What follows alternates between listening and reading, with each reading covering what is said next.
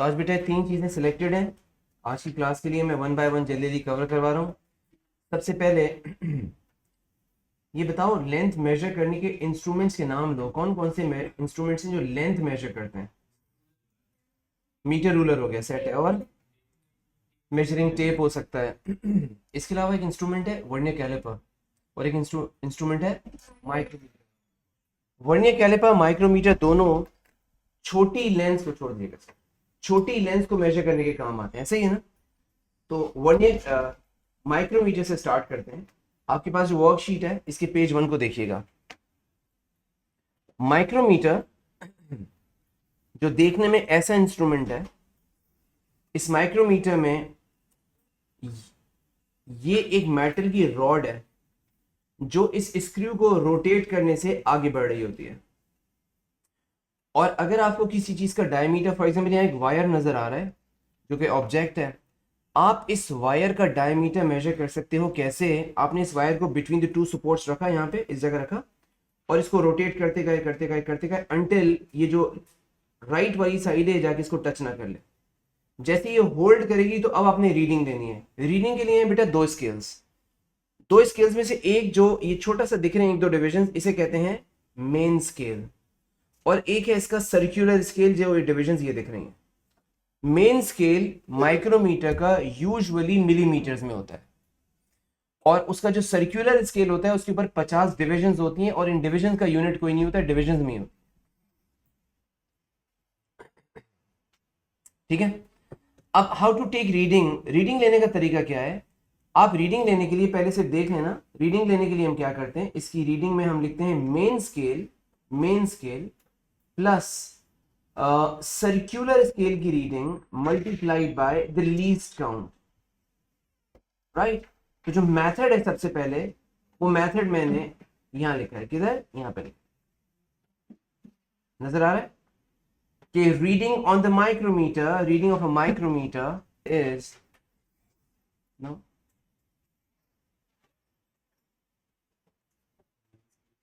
reading of the micrometer is main scale reading plus circular scale reading multiplied by least count। ठीक है। now how to check this reading, उसको देख लेना। पहले इधर ही देखना बेटा स्क्रीन पे, ये एक माइक्रोमीटर की रीडिंग है। तो चेक करना बेटा, मेन स्केल जो नजर आ रहा है ये मिलीमीटर्स में, इसमें आपको 0 1 2 3 4 5 तो दिख ही रहा होगा, लेकिन 0 के बाद एक हाफ डिवीजन में नजर आ रही है, तो ये 0.5 है।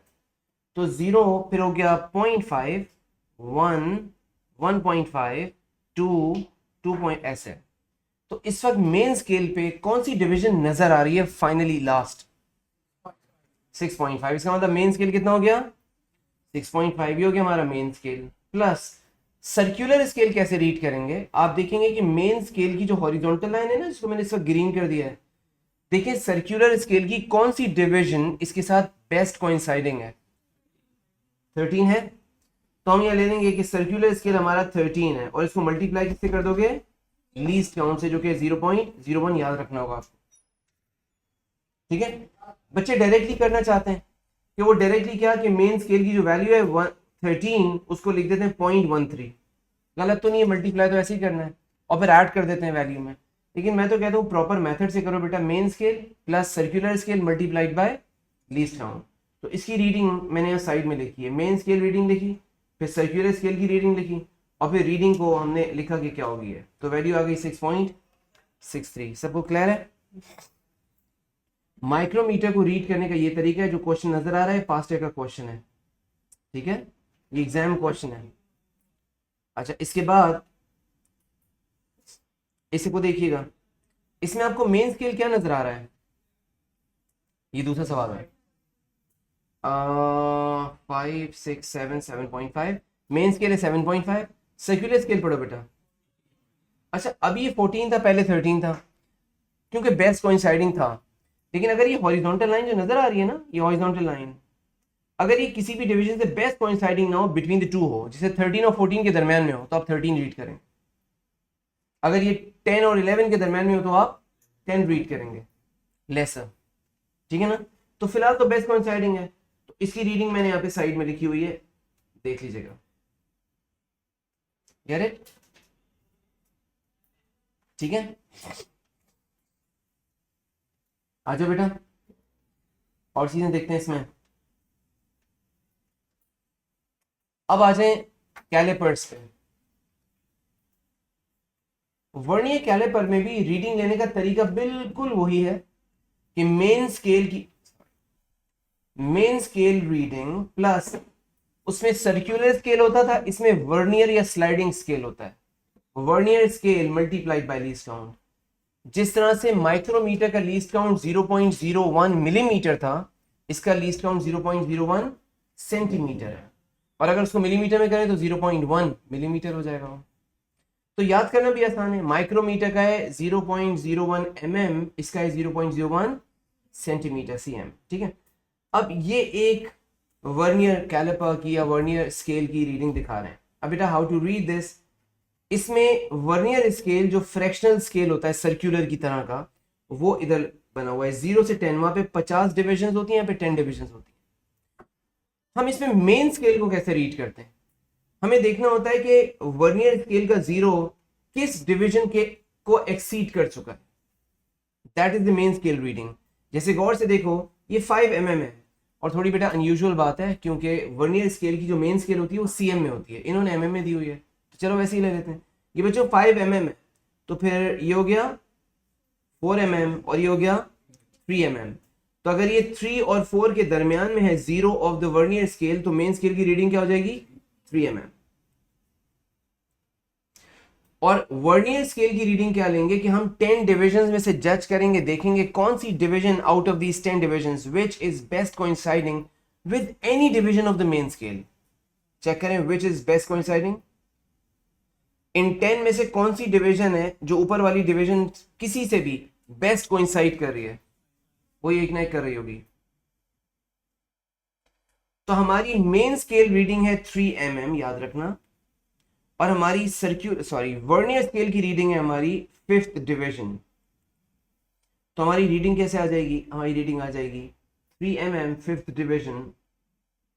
अब मैंने इसका लीस्ट काउंट 0.1 mm लिया है क्योंकि वैल्यूज mm में थी, अगर cm में होती तो 0.01 सेंटीमीटर।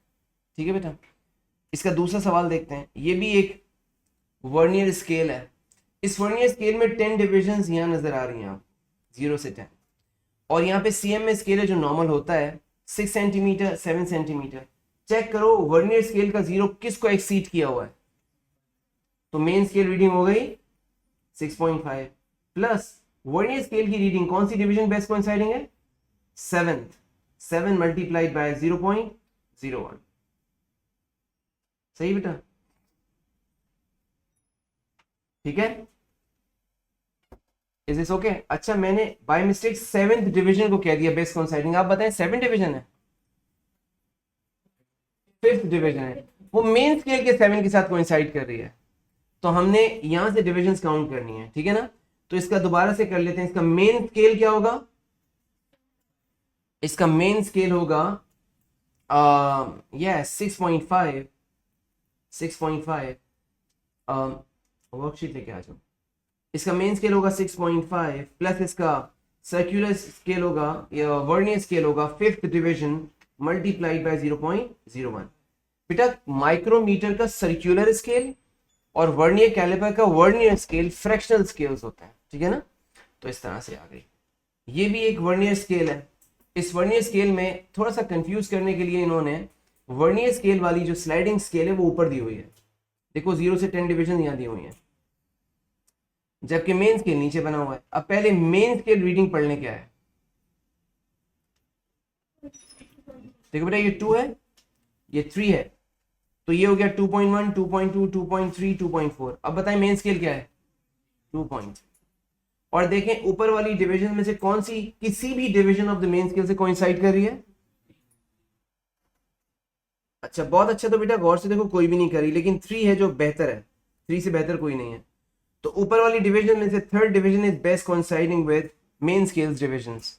तो हम क्या करेंगे यहाँ पे वर्नियर स्केल मेन स्केल की रीडिंग ले लेंगे 2.3 1 2 3। मेन स्केल हो गया बेटा 2.3, और जो वर्नियर स्केल हो गया वो कौन सी डिवीजन है 3rd डिवीजन, तो 2.33। एक और सवाल में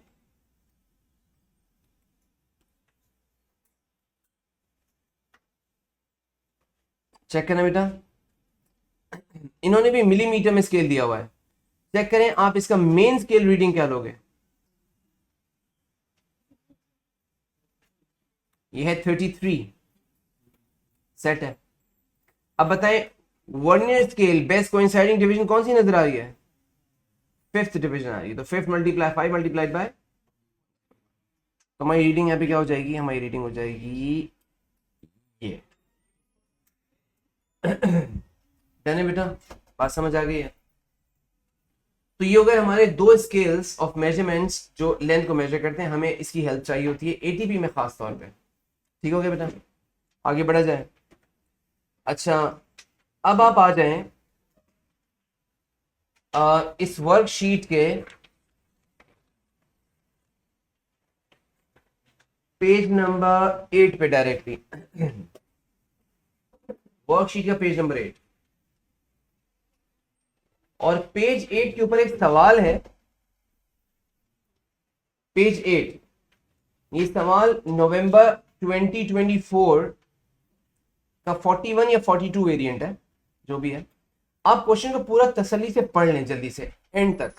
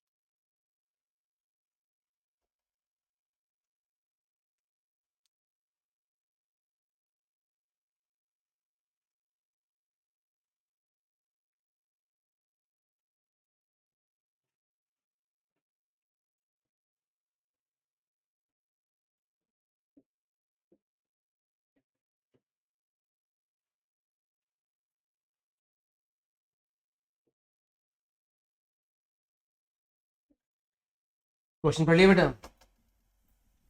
पहले तो अच्छी तरह से समझो। इस क्वेश्चन का टाइटल बनाए तो बनेगा प्लानिंग एंड डिजाइन, राइट। इस क्वेश्चन की, इस क्वेश्चन जैसे क्वेश्चंस पास्ट में आते रहे हैं, लेकिन ज़्यादातर वो क्वेश्चंस 3-4 मार्क्स के हुआ करते थे, और कभी कभी होते थे। आपने भी अपना एटीपी का जो पहला मॉड्यूल पढ़ा था जनरल फिजिक्स, उसमें एक वायर की डायमीटर लेने के लिए एक्सपेरिमेंट प्लान करना था 3 या 4 मार्क्स का। लेकिन अब हर पेपर में एक क्वेश्चन प्लानिंग एंड डिज़ाइन पे आता है, रेगुलरली आता है। 6 नंबर का ज़्यादातर होता है वो क्वेश्चन। वैसे paper variable mark value questions के होते हैं, लेकिन ये क्वेश्चन ज़्यादातर 5 से 6 मार्क का होता है। और इस क्वेश्चन में आपको एक्सपेरिमेंट प्रॉपरली डिज़ाइन करना है। तो जैसे आपने देखा यहाँ पे, तो उसने कहा कि आपको एक डिज़ाइन करना है, एक प्लान करना है एक्सपेरिमेंट। उस एक्सपेरिमेंट में क्या निकालना है, ज़रा देखना, प्लान लेबोरेटरी एक्सपेरिमेंट या plan an experiment using ice cubes to investigate how the mass of ice affects the time taken for the ice to melt। अब एक रफ सा स्केच बनाते हैं। आपसे पूछा जा रहा है कि हम आइस के डिफरेंट क्यूब्स हैं अलग अलग मैसेस के, उन्हें हमने वाटर में इमर्स करना है, ये उन्होंने खुद मेंशन किया है। कितने टाइम में वो कंप्लीटली मेल्ट होंगे, वो टाइम मेजर करना है और मास के साथ रिलेट करना है कि अगर मेरे पास 10 ग्राम का आइस क्यूब है तो कितना टाइम में मेल्ट होगा वाटर में, 20 ग्राम का है तो कितनी देर में मेल्ट होगा वाटर में, ऐसे ही ना। तो ये सारा एक्सपेरिमेंट है। अच्छा अब इस एक्सपेरिमेंट में हम इस क्वेश्चन को कैसे रिप्लाई करते हैं, हमें इस क्वेश्चन में 3 बातों में गौर करना होता है। Number 1, arrangement of the apparatus. सबसे पहली चीज हम सोचते हैं, आप भी कहीं लिख सकते हैं इस बात को, पहला पॉइंट जिसके ऊपर हम लिखते हैं वो है arrangement of the apparatus that can include a diagram.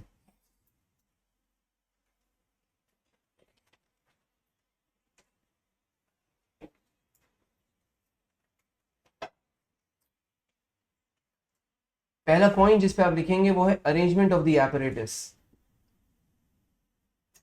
Arrangement of the apparatus के अंदर हम बनाते हैं डायग्राम, हम डिटेल्स ऑफ द एपरेटस लिखते हैं, चाहो तो ऐड कर सकते हो बेटा। Within this section we draw a diagram, we write about instruments,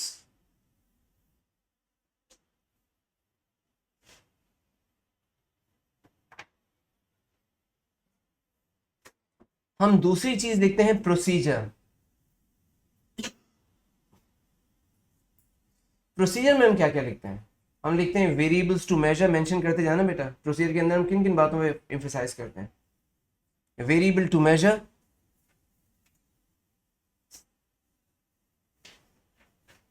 variables to be kept constant,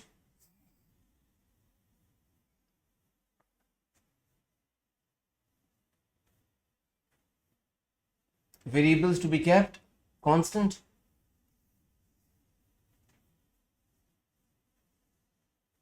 okay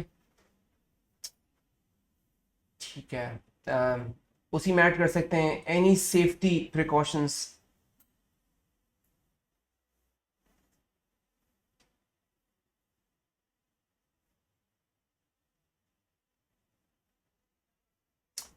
ठीक है बेटा। इसके बाद बच्चों हमारा आखिरी पार्ट होता है, हम लिखते हैं एनालिसिस पे। एनालिसिस, एनालिसिस में आप लिखते हैं पहली चीज कि हम कैसा टेबल बनाएंगे, उसमें क्या क्या इंक्लूड करेंगे, observation table,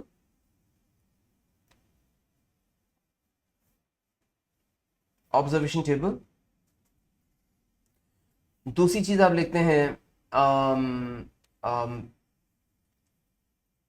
drawing conclusions from a graph. We need to draw a graph, we need to show drawing of a graph.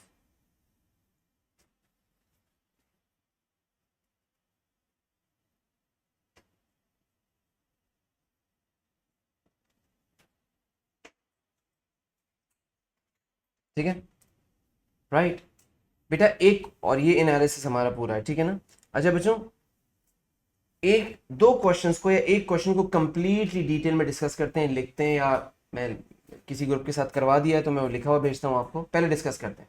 अब आप चूज करें, जल्दी जल्दी से बताएं आपके पास एपरेटस में क्या क्या होगा, डिस्कस कर लें, ब्रेन स्टॉर्म करते हैं, आपसे लेते हैं चीजें। हाँ बेटा, क्या क्या होगा एपरेटस में? एक मेजरिंग सिलेंडर होगा, किस काम के लिए? Measuring the volume of water, ठीक है, बिल्कुल सही है।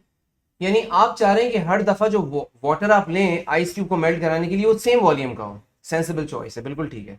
हमें मेजरिंग सिलेंडर चाहिए, आगे बढ़ो। हमें इलेक्ट्रिकल बैलेंस, उन्होंने खुद दिया है टॉप एंड बैलेंस, वो इलेक्ट्रिकल ही होता है, इलेक्ट्रॉनिक बैलेंस या टॉप एंड बैलेंस। तो टॉप एंड बैलेंस है जिससे मास मेजर करेंगे, किसका? आइस का, ओके राइट। अब आइस का मास मेजर करने में मसला है, अगर आइस क्यूब को डायरेक्टली टॉप एंड बैलेंस पे रखेंगे तो थोड़ा तो वहीं मेल्ट कर जाएगी, तो खराबियां हो रही होंगी। तो बेटर नहीं है, ऐसा करें कि बीकर को ही टॉप एंड बैलेंस पे रख दें। एक रीडिंग आ रही होगी जो बीकर का मास और वाटर का मास आ रहा होगा, जब आइस क्यूब उसमें ऐड करोगे तो मास चेंज होगा, रीडिंग चेंज होगी। फर्स्ट कह रहे रीडिंग 65 ग्राम से 67 ग्राम हो गई, इसका मतलब क्यूब का मास कितना है? 2 ग्राम्स। तो जो डिफरेंस ऑफ रीडिंग आएगा वो मेरे पास mass of the ice cube होगा, आसानी हो जाएगी। डन हो गया बेटा? अच्छा, तो आपने बता दिया टॉप एंड बैलेंस के ऊपर हमने बीकर रखा होगा, उस बीकर में हम इस वाटर को उलट देंगे, जो वाटर मेजरिंग सिलेंडर से मेजर करके निकालेंगे, और ये हो गया, ठीक है। अच्छा, इस वाटर के बारे में कुछ और भी जरूरी सेम रहना चाहिए, टेम्परेचर। अगर पहले आइस क्यूब को मेल्ट कराने के लिए जो वाटर आपको मिला उसका टेम्परेचर था 10 डिग्री सेल्सियस, और नेक्स्ट ट्रायल में जो दूसरा क्यूब था उसके लिए मिल गया 12 डिग्री सेल्सियस, तो फिर गलत हो जाएगा। हमें हर दफा वाटर का टेम्परेचर सेम रखना है, क्या हम कह सकते हैं ये वेरिएबल टू कंट्रोल है। इसी तरह से वॉल्यूम ऑफ द वाटर वो भी वेरिएबल टू कंट्रोल है, उसको चेंज नहीं होना चाहिए। अब हम क्या करेंगे, मुख्तलिफ मास के क्यूब्स लेंगे, उनको एक एक करके वाटर में डालेंगे, लेकिन हर दफा वाटर नया चूज करेंगे। उसकी वजह क्या है, आइस डालने के बाद उस पुराने वाटर का टेम्परेचर चेंज हो चुका होगा, तो फिर हमें नया वाटर लेना पड़ेगा इक्वल वॉल्यूम का, इक्वल टेम्परेचर पे, सेम टेम्परेचर पे। नया आइस क्यूब डालेंगे और टाइम मेजर करेंगे। अब टाइम मेजर करने के लिए कोई device, stopwatch, stop clock, stopwatch is used to measure time. Time किस चीज का लेना है? जब से आपने क्यूब डाला है जब तक वो कंप्लीटली मेल्ट नहीं हो जाता। इसका मतलब है हमें बहुत क्लोजली ऑब्जर्व करना पड़ेगा, क्योंकि आइस क्यूब जब बिल्कुल आखिरी रह जाता है पार्ट, तो बड़ा डिफिकल्ट होता है जज करना कि मेल्ट हो गया या अभी भी छोटा मोटा पीस बचा हुआ है, क्योंकि उसका कलर नहीं होता है इस तरह से कोई। ठीक है ना बेटा? एक इस तरह से हम कर सकते हैं काम, ठीक है ना। अच्छा जी, और क्या चाहिए हमें? यहाँ पे टाइम हमने ले लिया, ठीक है। अब जब हम ऑब्जर्वेशन टेबल बनाएंगे, ऑब्जर्वेशन टेबल, तो उसमें क्या क्या इंक्लूड करना चाहिए हमें? हमें टाइम तो बेटा आखिरी चीज है ना, डिपेंडेंट वेरिएबल। सबसे पहले तो इंडिपेंडेंट डालो, मास। अब हम कर सकते हैं कि मास को मास ऑफ द क्यूब डायरेक्टली डाल दें, और हम ये भी कर सकते हैं कि mass of the water and b का, then total mass with the ice cube, और उनका डिफरेंस ले लें तीसरे कॉलम में मास। इस तरह भी कर सकते हैं, और डायरेक्टली बाहर के बाहर उसको कैलकुलेट करके माइनस करके भी निकाल सकते हैं। तो टेबल में एक मास हुआ बहरहाल, और दूसरी चीज टाइम। ये दो चीजें हो गई। Is this okay? तो इसके ऊपर हम डिटेल्ड एक्सपेरिमेंटल एक्सरसाइज लिख सकते हैं कि हम क्या करेंगे। सो लिखें,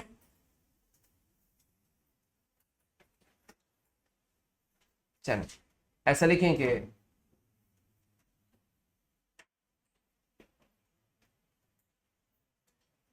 अच्छा बेटा, इसके लिए डायग्राम कैसा हो सकता है?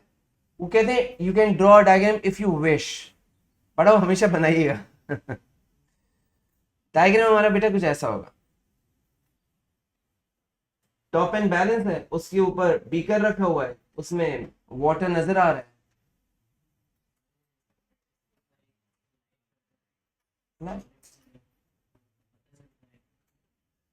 ज्यादा विजिबल बनाने के लिए चलो एक इनका सजेशन है कि टू मेक श्योर कि वो कंप्लीटली मेल्ट हो गया, एक ज्यादा इंटेंस लाइट यूज कर लें जो आइस मेल्ट होते हुए वो दिखाएगी। हाँ कर सकते हैं, लेकिन वैसे मेरा नहीं ख्याल कि कोई मेजर जरूरत है उसकी, वैसे भी पता चल जाएगा, ठीक है ना? ऑलराइट ऑलराइट ऑलराइट, ठीक है, सही है। तो चलो बेटा स्टार्ट करते हैं ऐसा कि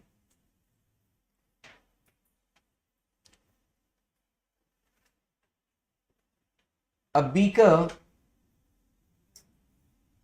partly filled with the supplied cold water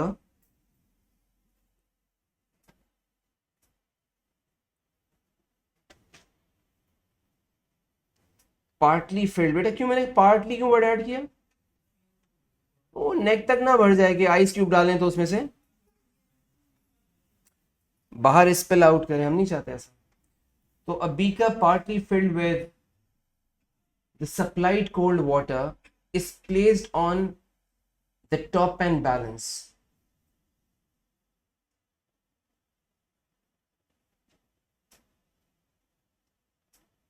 with a thermometer immersed with a thermometer immersed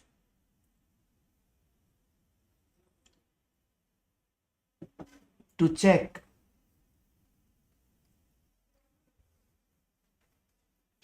the initial temperature of water.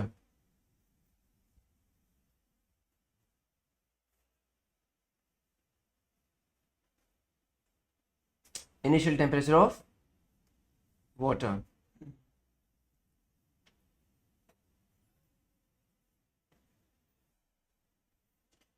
For each trial, ये बेटा दूसरा पॉइंट है हमारा, चाहो तो पैराग्राफ फॉर्म में लिख लो या पॉइंट वाइज लिख लो। For each trial,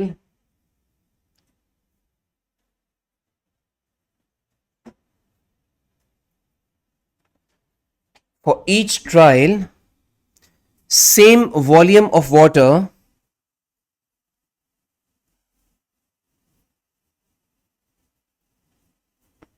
shall be used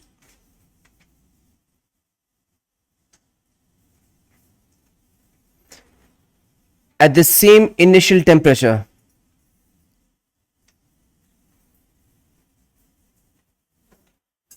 At the same initial temperature.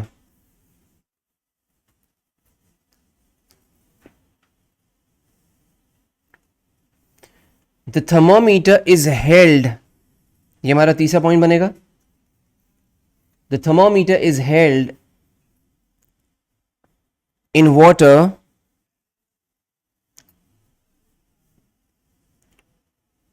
with the help of a retort stand and clamp. Retort stand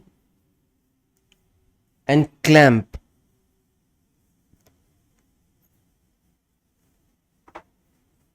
ठीक है बेटा, retort, stand and clamp.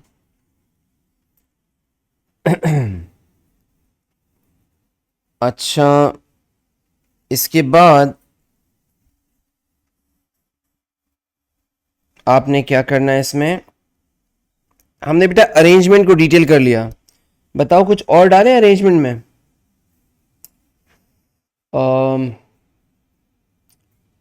ठीक है, अब लिखते हैं प्रोसीजर, लिखिएगा।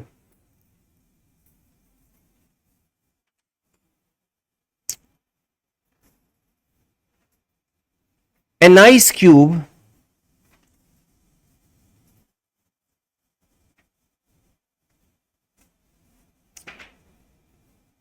is added to the water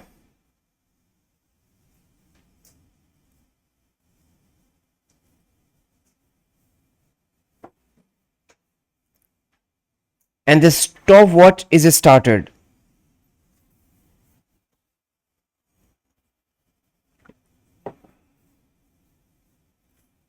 Stopwatch is started. ठीक है बेटा, right? Added to the water, stopwatch started. हाँ बेटे, अभी लिखना है, अगला पॉइंट हमारा, the difference of reading on the top and balance is recorded. The difference in reading of the top and balance is recorded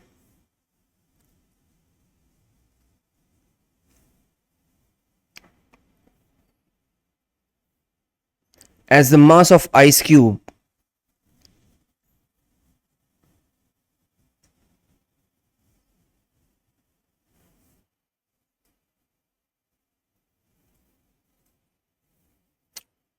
Next point, the time required to melt the ice completely is recorded.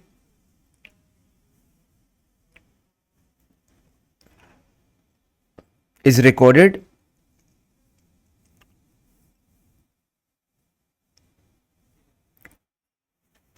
ठीक है, आपने time record किए।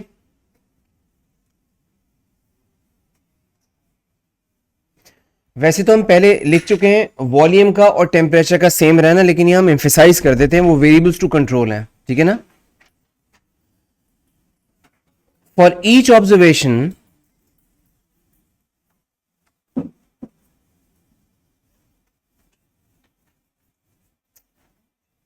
Observation same volume of water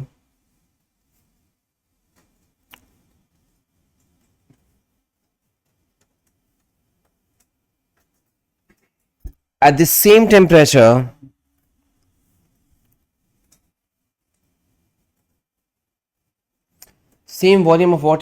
temperature is used.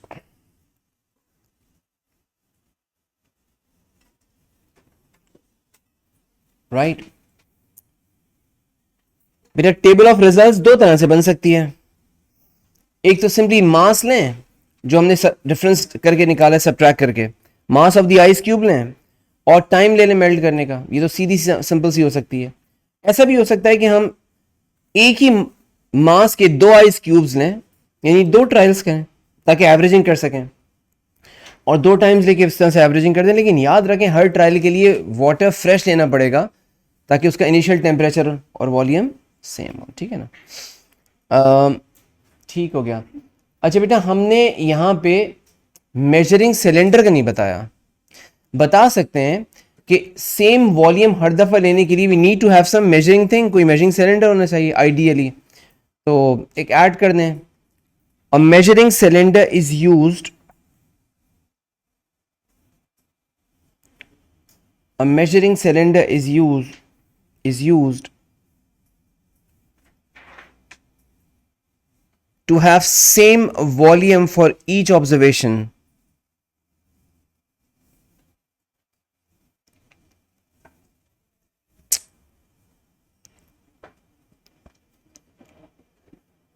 अब नए point में लिखना a table such as this, a table such as this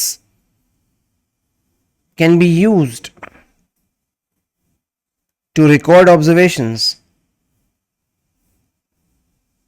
A table such as this can be used to record observation. इन दोनों में से कोई एक बना लो बेटा.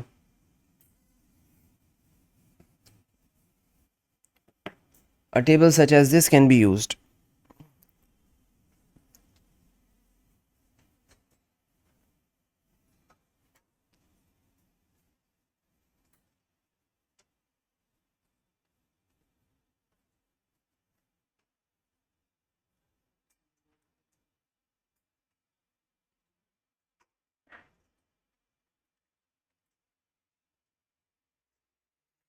Okay.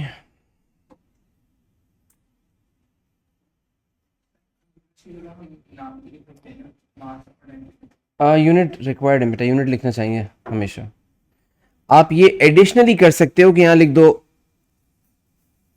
यहां लिख दो मास ऑफ आइस और यहां लिख दो टाइम रिक्वायर्ड टू मेल्ट. जरूर लिख सकते हैं लेकिन यूनिट जरूर लिखना है आपने, यूनिट रिक्वायर्ड है बेटा. एनालिसिस के लिए हम ग्राफ्स बनाते हैं. आप बताएं इन दो में से mass of the ice and time it needs to time it needs to melt completely, इनमें से कौन इंडिपेंडेंट है? मास इंडिपेंडेंट है. तो बनाने के लिए हमें मास को बनाना चाहिए एक्स एक्सिस के ऊपर और टाइम को बनाना चाहिए वाई एक्सिस के ऊपर, क्योंकि यूजुअली इंडिपेंडेंट क्वांटिटीज को हम एक्स पे बनाते हैं. लेकिन ये कोई इतना बड़ा मसला नहीं है. अगर आप इस ग्राफ को बनाने के लिए ये चॉइस गलत कर लें ऐसे, तो कोई मैथमेटिकल गलती नहीं हो गई है. हाँ, एक नॉर्म है कि इंडिपेंडेंट क्वांटिटीज को एक्स एक्सिस बनाया जाता है, तो कोई बहुत गलती नहीं है इसमें. लेकिन ट्राई करना कि सही से जज कर लो कि इंडिपेंडेंट कौन है, उसको एक्स पे बनाए. तो हम बता देंगे एनालिसिस के लिए हम इसको एक्स पे उसको वाई पे बनाएंगे और ग्राफ डिटरमिन करेगा कि डायरेक्ट प्रोपोर्शन है या one changes more rapidly than other, या कैसा रिलेशन है, या इनवर्स प्रोपोर्शन है, जो भी लिखना बेटा. In order to analyse the results,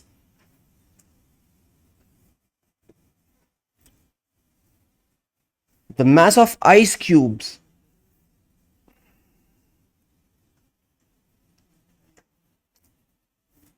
in order to analyze the results, the mass of ice cubes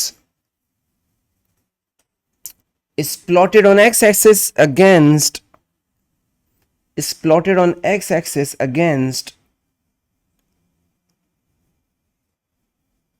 the time required for melting against time required for melting on y-axis.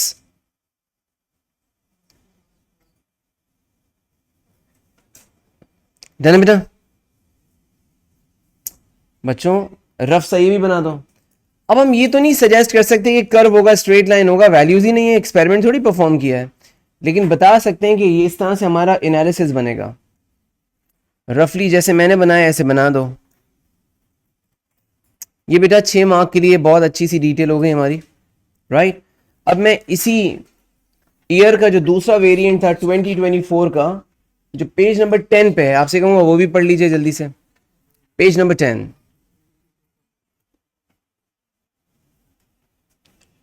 Okay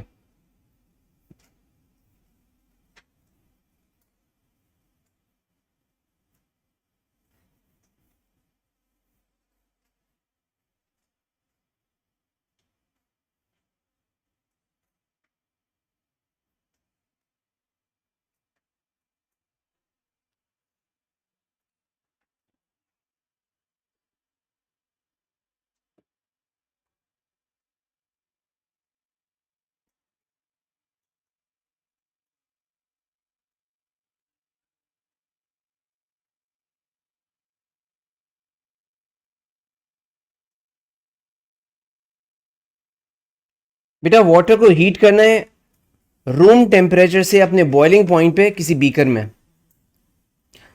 कहते हैं plan an experiment to investigate if the time taken for the water to reach its boiling point depends upon diameter of the water surface expose to air. तो mass of the water नहीं, वो कह रहे हैं diameter of the beaker in which you are having water, उस beaker के diameter पे कैसे डिपेंडेंस है।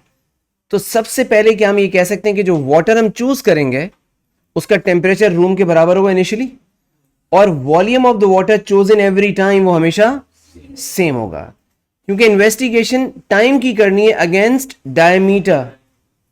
ठीक है, तो हमें बीकर्स चाहिए होंगे अलग अलग डायमीटर्स के, तो वो इन्होंने दिए हुए हैं एपरेटस में। कहते हैं supply of the cold water भी है और set of glass beaker of different sizes भी है। तो इसका मतलब हमारे पास डिफरेंट डायमीटर्स के बीकर्स आ गए हैं, राइट। और हमें एक बंसन फ्लेम दिया है, बंसन बर्नर दिया है, ट्राइपॉड स्टैंड दिया है और एक वायर गॉज दिया है। आपने देखा होगा लैब में, ट्राइपॉड स्टैंड के ऊपर वायर गॉज रखेंगे और फिर बीकर रखेंगे हीटिंग के लिए। इसके बाद हमारे पास एक मेजरिंग सिलेंडर है कि जब भी आप वाटर लेंगे तो उसका इनिशियल वॉल्यूम सेम होना चाहिए। तो हमारा प्लान कुछ ऐसा बनेगा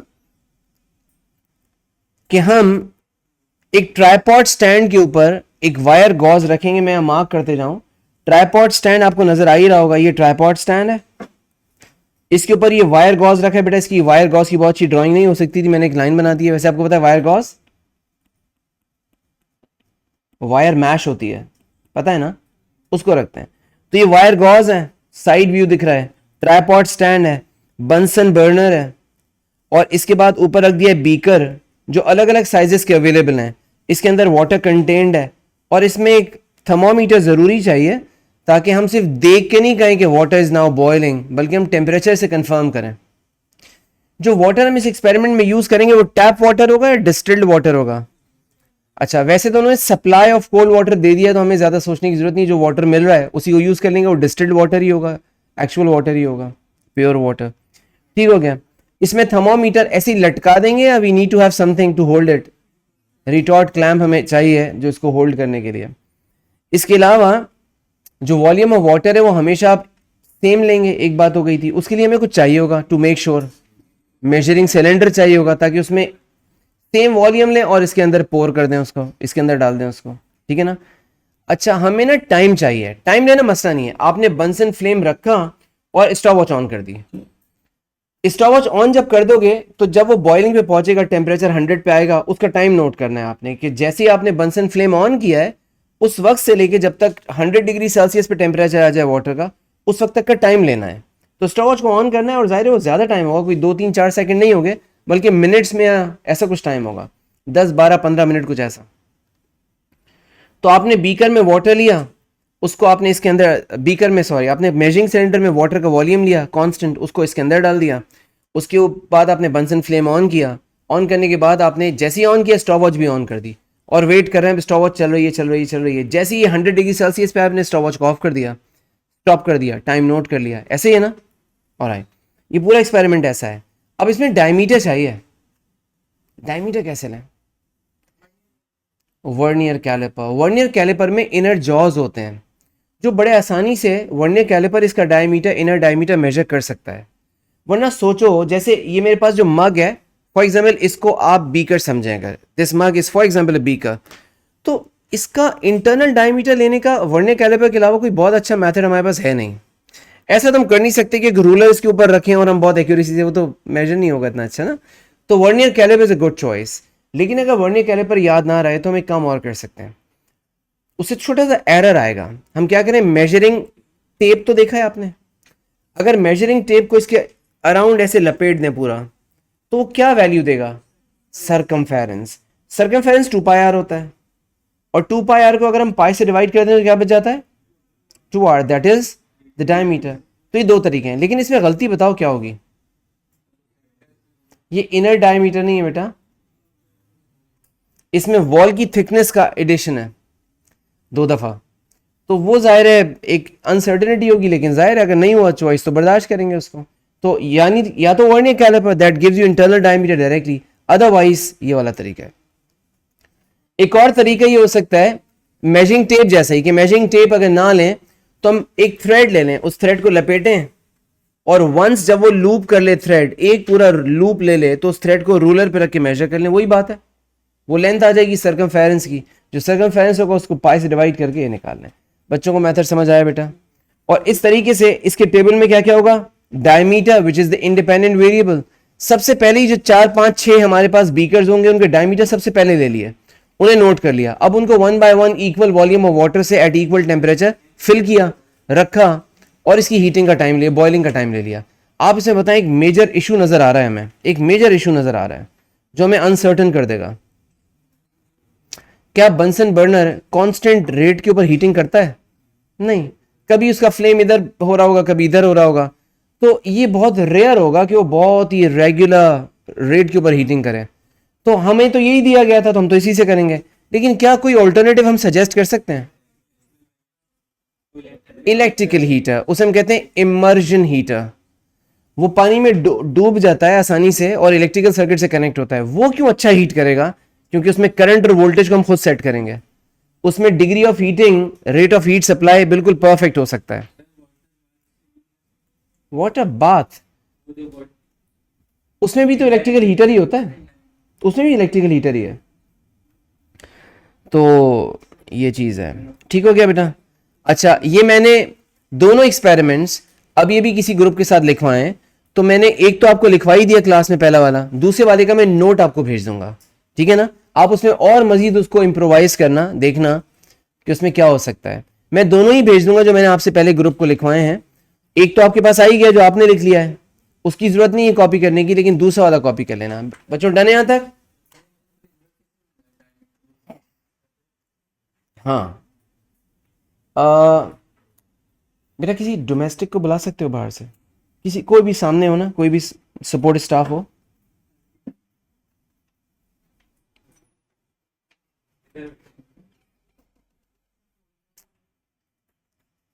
अच्छा बेटा, यहां से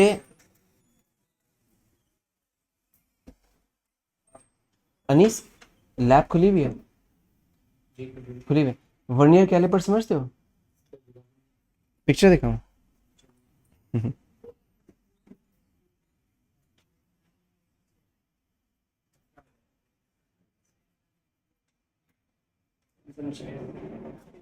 राइट, तो अगर मिल जाए तो ठीक है।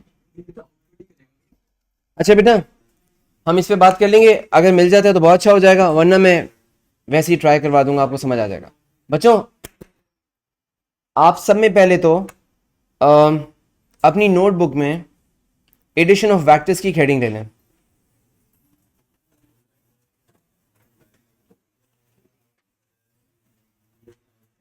Addition of vectors,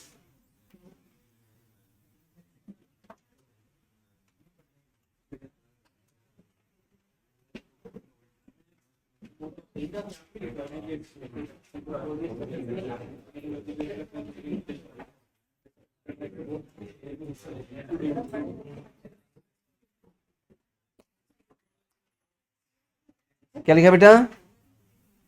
addition of vectors. अच्छा,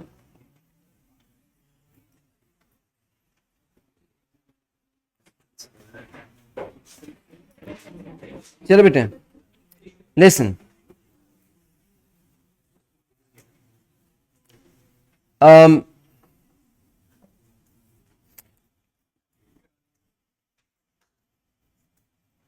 अगर बच्चों ये कोई ऑब्जेक्ट है और इस ऑब्जेक्ट के ऊपर कोई दो फोर्सेस एक्सर्ट हो रही हैं, एक फोर्स का साइज बताया गया है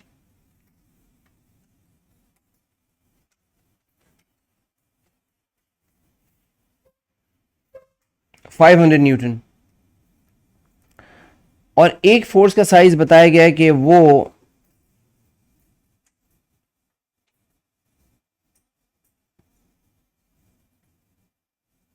या मैं थोड़ा कम करता हूं इसको, वो 700 न्यूटन है। और इस फोर्स का जो एंगल है हॉरिजॉन्टल से एक्शन का, फॉर एग्जांपल वो कोई 40 डिग्री टू हॉरिजॉन्टल है, और आपसे कहा जाए कि बताएं रिजल्टेंट फोर्स क्या बनेगी। तो इन दो वेक्टर्स का रिजल्टेंट निकालने का एक तरीका तो रेक्टेंगुलर मैथड है जो आप ए लेवल्स में पढ़ेंगे। ओ लेवल्स के बच्चों को आना चाहिए graphical method. Graphical method of vector addition के दो टाइप्स हैं, एक को कहते हैं हेड टू टेल रूल, एक को बोलते हैं पैरेललोग्राम मैथड। हम दोनों डिस्कस कर रहे हैं। अगर इसमें मुझे रिजल्टेंट ऑफ वेक्टर्स निकालना है तो मैं हेड टू टेल रूल या पैरेललोग्राम मैथड के लिए क्या करूंगा, सब में पहले मैं एक स्केल सेट करूंगा।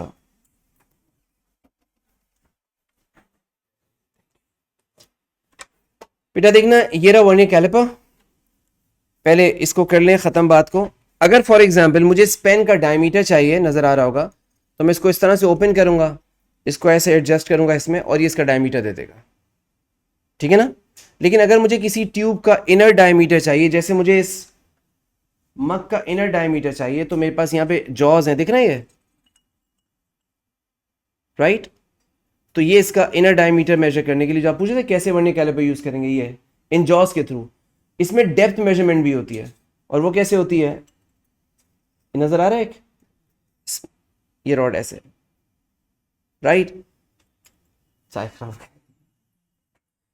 तो डेप्थ मेजरमेंट भी होती है इसमें, डन है बेटा।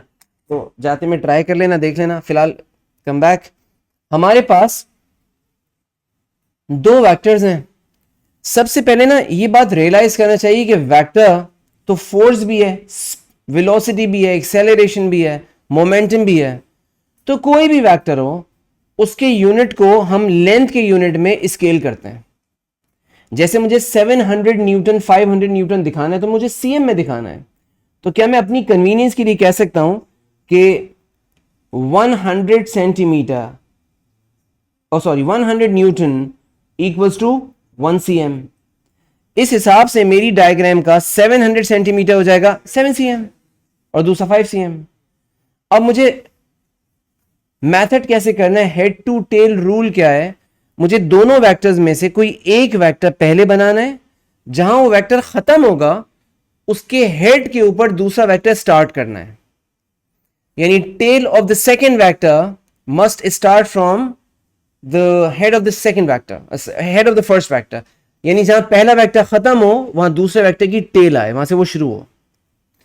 तो मैं क्या कर रहा हूं, 500 न्यूटन बनाने जा रहा हूं। आप बताएं 500 न्यूटन की डायरेक्शन मेरे आपके लिए क्या है, हॉरिजॉन्टल है ना।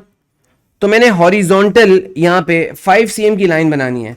मैंने आईपैड पे रूलर रखा है बिल्कुल एग्जैक्ट मेजरमेंट्स के लिए, ताकि कोई गलती ना हो। एंगल पे फिर भी हमें अंदाजा लगाना पड़ेगा। मैंने 5 cm की लाइन बनाई है ये, ठीक है। ये 5 cm की लाइन है, रूलर हटा दूं। 5 cm की line which is representing 500 Newton. इसमें एरो हेड बना दें, डायरेक्शन टुवर्ड्स राइट थी, हॉरिजॉन्टल था।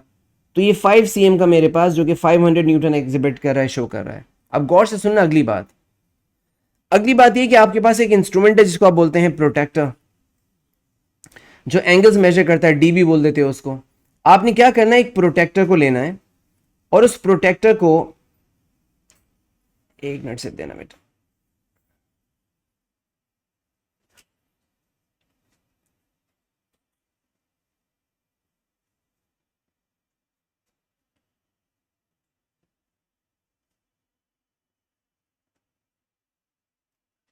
आपने एक प्रोटेक्टर लेनी है, और उस प्रोटेक्टर को रखना है कहां पे, थोड़ा सा इसको, आपने इस प्रोटेक्टर को रखना है जहां ये वेक्टर खत्म हुआ है, और देखना है दूसरा वेक्टर किस एंगल पे इंक्लाइंड था। देखना किस एंगल पे इंक्लाइंड है, 40। तो आप 40 डिग्रीज ढूंढेंगे हॉरिजॉन्टल से। 40 डिग्री जाहिर है हॉरिजॉन्टल से कहीं आपके पास आ जाएगा, 40 डिग्रीज कहीं आ जाएगा यहां। अब मेरे पास डिग्रीज की मेजरमेंट आईपैड पे नहीं है, आपके पास आराम से प्रोटेक्टर से हो जाएगी। For example this is 40 degrees.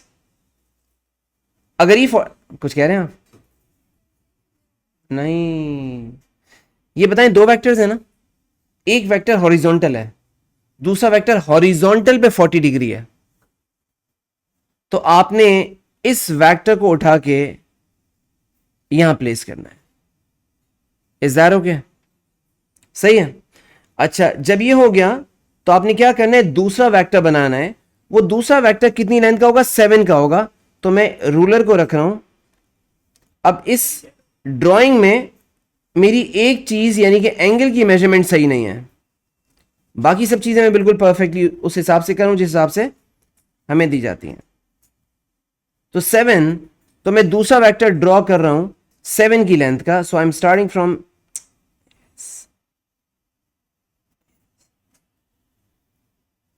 ठीक है, अब मैंने रूलर हटा दिया, ये 7 सेंटीमीटर है। क्या मैंने पहले वेक्टर के हेड पे दूसरे वेक्टर की टेल को रखा है? हमने किसी वेक्टर की इंक्लिनेशन को चेंज नहीं किया, जो जहां इंक्लाइंड था गौर से देख लो वहीं का वहीं इंक्लाइंड है। 40 डिग्री यहां मार्क करना चाहिए हमें कि दिस एंगल शोन इस बेसिक, बल्कि यहीं लिख देता हूं ना इस एरो पे कि जो एंगल हमने लिया है ये 40 डिग्रीज है। इस वेक्टर डायग्राम के बाद प्रोटेक्टर से ये वेक्टर बना लिया, तो अब रिजल्टेंट किधर है? आप रिजल्टेंट लेंगे पहले वेक्टर के स्टार्ट से लास्ट वेक्टर के एंड तक रिजल्टेंट है। So where is the resultant? मैं ड्रॉ कर रहा हूं, अच्छे से देखना। रिजल्टेंट है tail of the first vector to the head of the, ये रिजल्टेंट वेक्टर है। इस रिजल्टेंट वेक्टर की लेंथ निकालेंगे, उसको स्केल से कन्वर्ट करेंगे फोर्स में। मैं निकाल रहा हूं लेकिन मेरे पास एंगल अच्छा नहीं है, एंगल मेजर्ड नहीं है, इस वजह से गलती होगी। आप जब करेंगे तो थोड़ा बहुत डिफरेंट आंसर आएगा। ये लेंथ आ रही है बेटा मेरे पास, क्योंकि एग्जाम्पल है समझाने के लिए, लेंथ मेरे पास आ रही है कोई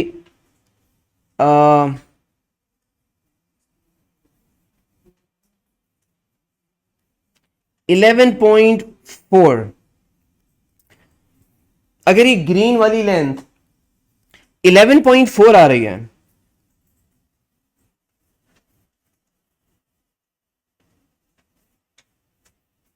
तो क्या इसको 100 से मल्टीप्लाई करके 114 न्यूटन हम कर देंगे? हाँ बच्चों, तो ये हमारा तरीका है। हमारे पास ये तरीका यूं भी हो सकता था, खुद देखना और इस मेथड की परफेक्शन ताकि आपको समझ आए। आप चाहें तो पहले कोई दूसरा वेक्टर बना दें, जैसे फॉर एग्जांपल अगर मैं ऐसा करूं कि पहले मैं ये वेक्टर बना देता, ये वेक्टर पहले बनाने के लिए मुझे क्या करना पड़ता? मुझे सब में पहले प्रोटेक्टर रख के हॉरिजॉन्टल से ये एंगल मेजर करना पड़ता, क्योंकि इस वेक्टर की तो एंगल 40 है ना। ये वेक्टर मैंने पहले बना दिया, इस वेक्टर की लेंथ कितनी है? 7 सेंटीमीटर। और जहां ये वेक्टर एंड हुआ है वहां दूसरा वेक्टर बनाना है, किस डायरेक्शन में? जिसमें वो है। दूसरा वेक्टर जो 5 सेंटीमीटर वो किस डायरेक्शन में है? हॉरिजॉन्टल, तो विल ड्रॉ इट हॉरिजॉन्टली। जब ये बन गया तो आपने क्या करना है? आपने रिजल्टेंट बनाना है। अब मैं जो परफेक्शन की बात कर रहा था खुद देखना, ये उसमें सेट होता है जाके या नहीं सेट होता? इसका मतलब which of the two vector has to be drawn first? मर्जी, जो चाहो। ये है हेड टू टेल मेथड। इस हेड टू टेल मेथड के अलावा एक और मेथड है पैरेललोग्राम मेथड। उसमें हम पैरेललोग्राम बनाते हैं, और वो मेथड क्या है? जगह मैं कोशिश करता हूं यहां बनाऊं।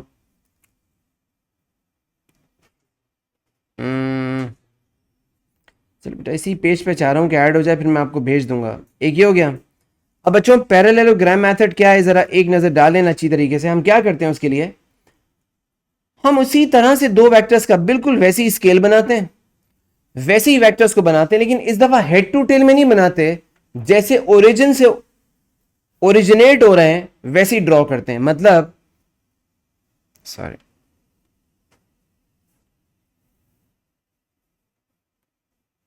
ये पिक्चर नजर आ रही है ना? तो हम क्या करेंगे कि इन वेक्टर्स को जैसे नजर आ रहे हैं, सॉरी,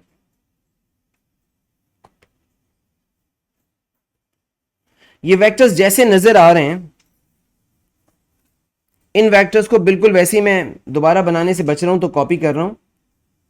ये 7 cm है, मैं लिख देता हूं इस पे 7 सेंटीमीटर।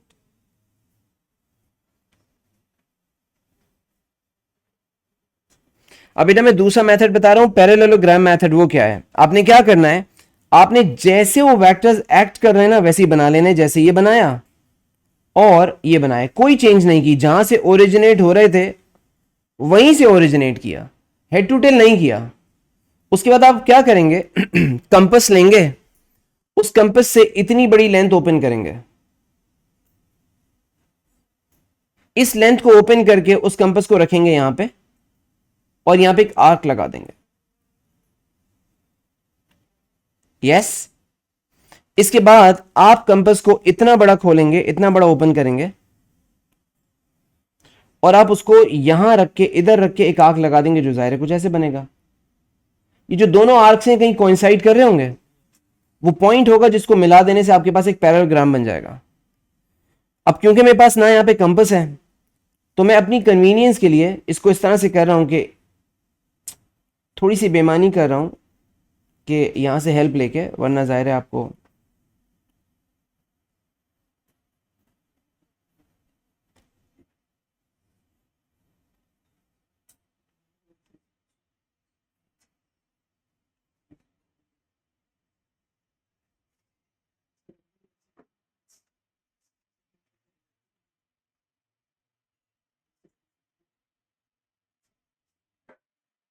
राइट। और बेटा वो जो आपके पास आर्क लगे थे ना, वो आर्क जो आपने ब्लू कलर की लाइन से लगाया था, इस लाइन से जो आर्क लगाया था जिसकी लेंथ थी इक्वल टू रेड कलर की लाइन, वो आर्क कहां लगा था?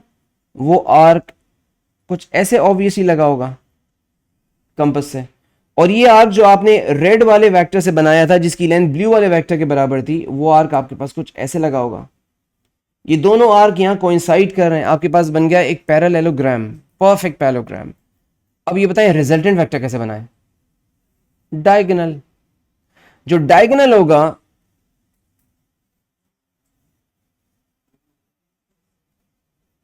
वो रिजल्टेंट वेक्टर होगा।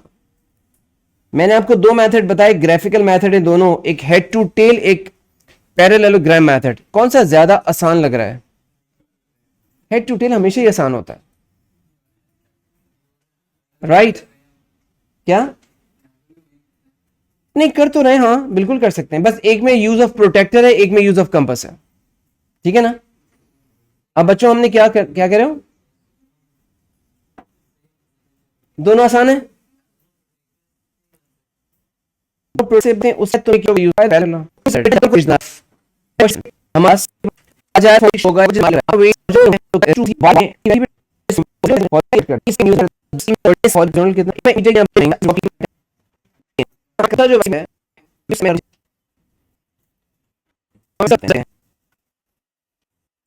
एग्जैक्टली 10 है। 10 आ रही है? अगर 10 आ रही है तो इसका मतलब हमारा जो रिजल्टेंट फोर्स है 10 न्यूटन। रिजल्टेंट फोर्स 10 न्यूटन है। अब मसला रह गया एंगल का। एंगल के लिए बच्चे क्या करेंगे? यहां एक रेफरेंस की हॉरिजॉन्टल लाइन बनाएंगे, यहां रेफरेंस की एक हॉरिजॉन्टल लाइन बनाएंगे, प्रोटेक्टर रखेंगे।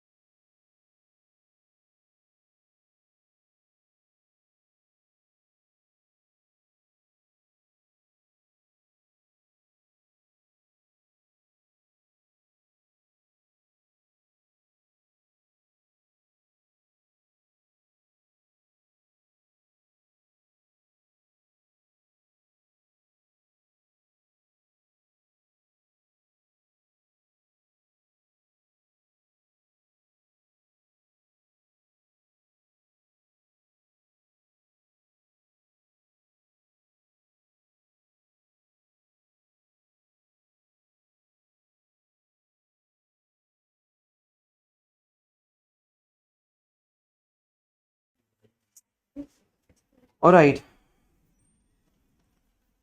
तो बेटा देखना यहाँ से ये हमारा काम कंप्लीट हुआ था और बस मैंने कहा था आपसे कि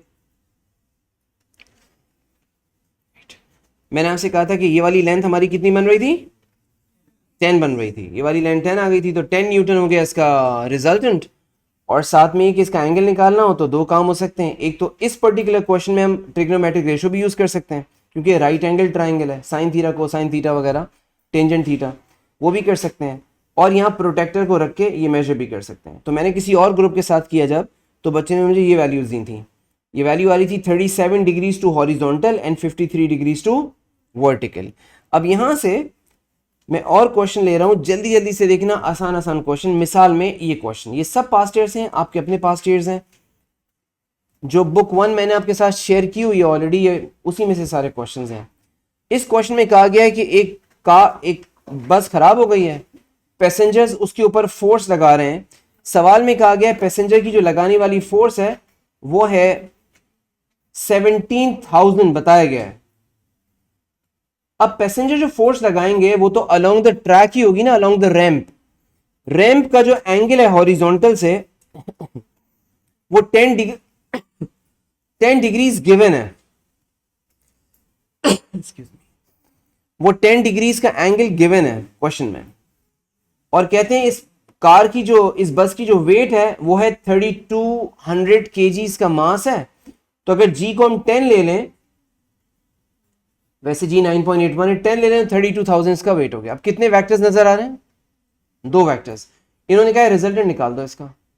अगर हम इसका रिजल्टेंट निकालेंगे तो हमें स्केल बनाना पड़ेगा, है ना। जब हम स्केल बनाएंगे तो दो फोर्सेज हैं, 17,000 32,000। तो कोई ऐसा अप्रोप्रिएट स्केल हो जिससे हमारे पास अच्छे नंबर्स आ जाएं। तो जैसे फॉर एग्जांपल 17 तो जाहिर है प्राइम नंबर है, उसका तो कोई ऐसा आसानी से बनेगा नहीं। अगर 32 के लिए हम ऐसा करें कि हम 4,000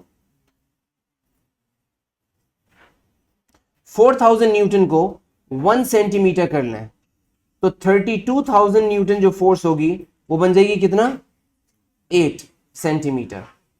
और 17,000 की जो फोर्स होगी, इसको जरा 4 से डिवाइड करना मेरा, 17,000 डिवाइडेड बाय 4,000, 4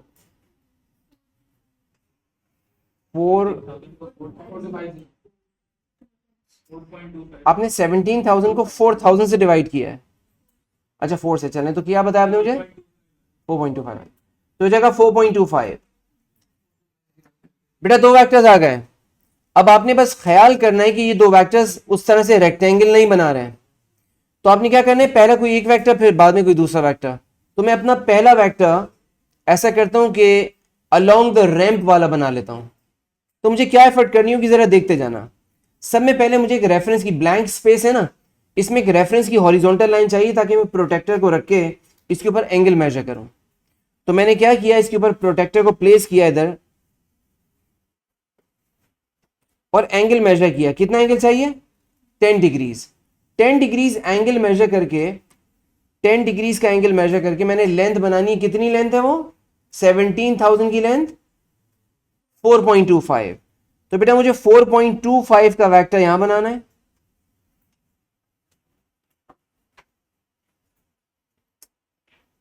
और मेक श्योर करने के एंगल में गलती ना हो, ये एंगल मेरा 10 डिग्रीज टू हॉरिजॉन्टल है। और इसके बाद जहां ये पहला वेक्टर खत्म हुआ है वहां दूसरा वेक्टर बनाना है जिसकी लेंथ है 8 सेंटीमीटर। तो कैसे स्टार्ट करें इसको, दूसरे वेक्टर को पहले वेक्टर के हेड से दूसरा वेक्टर। अब बेटा दूसरा वेक्टर बनाना मुश्किल नहीं है क्योंकि वो वर्टिकली डाउन है। तो दूसरा वेक्टर आपने बनाया वर्टिकली डाउन 8 सेंटीमीटर का। इसमें इतना बड़ा मसला नहीं है, इसमें प्रोटेक्टर की जरूरत नहीं है। सच परफेक्शन चाहते हो तो जरूर यूज कर लो 90 डिग्री के लिए, वरना ये 8 सेंटीमीटर है। जब ये दो वेक्टर्स आ गए तो रिजल्टेंट बनाने के लिए पहले वेक्टर के टेल से लेके लास्ट वेक्टर का हेड लेके काम कर लेंगे। लेकिन बेटा ये प्रॉपरली काम होगा, रैंडम रफ नहीं होगा, इसको प्रॉपर करना पड़ेगा। तो प्रॉपरली करेंगे तो ये कुछ शेप हमें ऐसा देगा।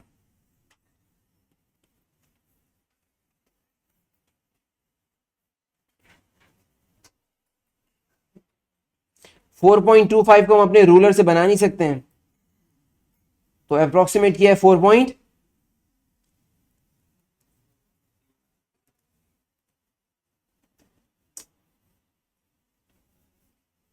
यस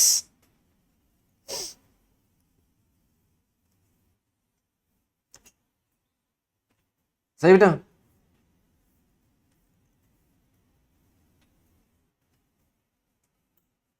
क्या इसको इस तरह भी कर सकते हैं कि जो हमारे पास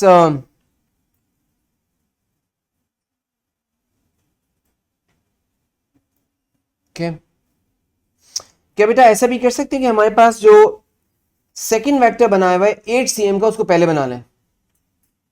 चॉइस है ना, वर्टिकल वाला पहले बना लें, फिर प्रोटेक्टर रखें, और फिर ये इंक्लाइन वेक्टर बना दें। कैसे वो शेप कैसे करेगा, जरा देखिए वो शेप कैसे करेगा। वो शेप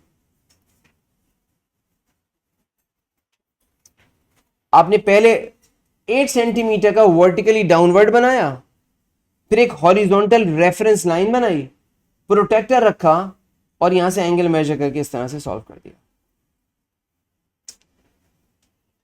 डन है बेटा, प्रॉपर्ली कर लोगे इसको,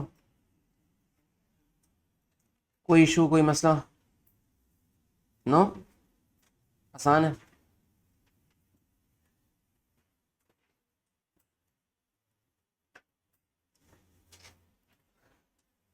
अब बाकी तो मैं इसको सॉल्व करके और भेजूंगा। एक क्वेश्चन में और अपने सामने दिखाना चाह रहा हूं कैसे, हाउ टू ड्रॉ दैट। उसमें कोई वेक्टर भी वर्टिकल या हॉरिजॉन्टल नहीं है। In this last question of the worksheet, दो टग बोट्स हैं। लास्ट क्वेश्चन आपकी वर्कशीट का, और ये जो टग बोट्स हैं ये फोर्स लगा रही है 49 किलो न्यूटन की दोनों, और दोनों में से कोई फोर्स हॉरिजॉन्टल या वर्टिकल नहीं है, दोनों को एंगल्स के साथ बनाना पड़ेगा। अब स्केल कोई ऐसा नहीं जो तमीज का कन्वर्जन हो जाए। 49 किलो है, क्या करें आप बताएं? 7 से कर लें। तो अगर मैं ऐसा करूं कि 7 किलो न्यूटन को 1 cm कर दूं, तो दोनों लेंस हमारी 7 की लेंस आ जाएंगी। 7 7 49, ऐसे ही ना। तो हमने क्या करना है वो जरा देखिएगा। मेरा अच्छी तरह से देखना, एंगल है 20 डिग्री। बच्चों सब में पहले एक हॉरिजॉन्टल रेफरेंस लाइन बनाई, इस लाइन के ऊपर एक प्रोटेक्टर को प्लेस किया,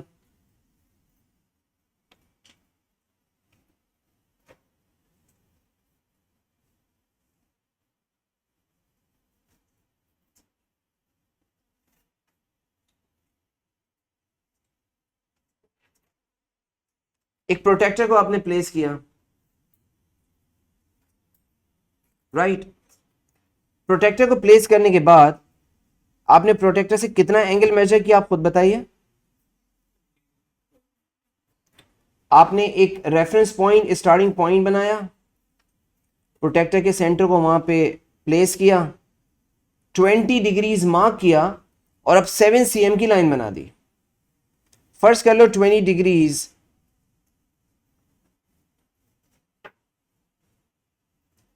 तो बेटा 7 cm की लाइन मैं बनाने लगा हूं। आई ट्राई कि जितना परफेक्शन से हो सके।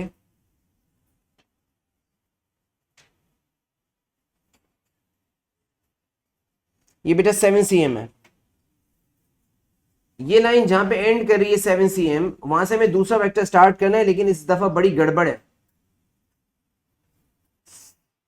सही से पॉइंट मुझे मिल जाए ताकि मैं वहां कुछ, अब क्या मसला है, दूसरा वेक्टर जो है वो भी 20 डिग्रीज के ऊपर है, डाउनवर्ड इंक्लाइन में। अब क्या करना होगा कि हमें एक और रेफरेंस लाइन बनानी होगी। अच्छी तरह देख लेना, अनदर रेफरेंस लाइन। ये रेफरेंस लाइन मेरे पास कहीं यहां पे होगी जहां पहला वेक्टर खत्म हुआ है, और यहां मुझे प्रोटेक्टर को दोबारा रखना होगा, लेकिन इस दफा प्रोटेक्टर जो एंगल मेजर करेगा उसके लिए उसको देखो कैसे रखना पड़ेगा।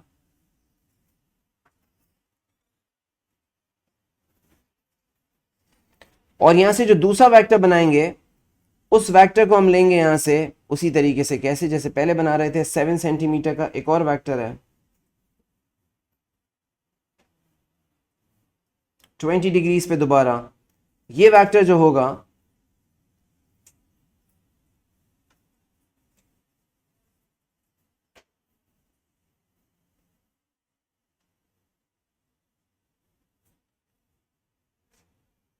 ठीक है बच्चों, ये दूसरा वेक्टर बन गया। और अब आपने क्या करना है, हॉरिजॉन्टल बना देना है। मैंने क्योंकि बेटा एंगल्स को मेजर तो नहीं किया, जाहिर है मैं तो अंदाजे से कर रहा हूं। तो अब जब हम रिजल्टेंट वेक्टर बनाएंगे तो वो रिजल्टेंट वेक्टर हमारे पास कहीं यहां पे बन रहा होगा, ठीक है। और इस रिजल्टेंट वेक्टर में इसको मिलना चाहिए था क्योंकि एंगल्स दोनों बराबर है ना। सो मैं थोड़ी सी बेईमानी कर रहा हूं, तुम लोग मुझे इस पर डिस्काउंट दे देना, लेकिन कोई चॉइस नहीं है इसके अलावा कि मैं कुछ, चले बस ऐसे ही रहा। जब बनाएंगे तो परफेक्शन से बन जाएगा, ठीक है बेटा। और ये जो पर्पल कलर की लाइन है, इस लाइन की लेंथ को मेजर करेंगे, मैग्नीट्यूड आएगा, सॉल्व कर लेंगे, डन है। मैंने किसी और ग्रुप के साथ किया था तो वो कुछ ऐसी डायग्राम बनी थी। और ये बच्चों ने मेजर, मेरे पास ये उस वक्त रूलर से मैंने मेजर नहीं किया था, मैंने सिर्फ ड्राइंग बना के बच्चों से कहा था मुझे बताओ क्या वैल्यू आ रही है। This turn out to be 13 cm। तो 13 cm है तो हम फाइनल आंसर कैसे लिखेंगे, स्केल तो लिखा हुआ है, अब रिजल्टेंट फोर्स क्या लिखेंगे, 13 सेंटीमीटर मल्टीप्लाइड बाय 7000 न्यूटन। बोलो डन है। अब इसमें एक दो सवाल और रह गए और इसकी भी जो प्रॉपर सॉल्यूशन है वो मैं आपके साथ बाद में शेयर कर लूंगा। ठीक है बेटा, आज के लिए अल्लाह हाफिज।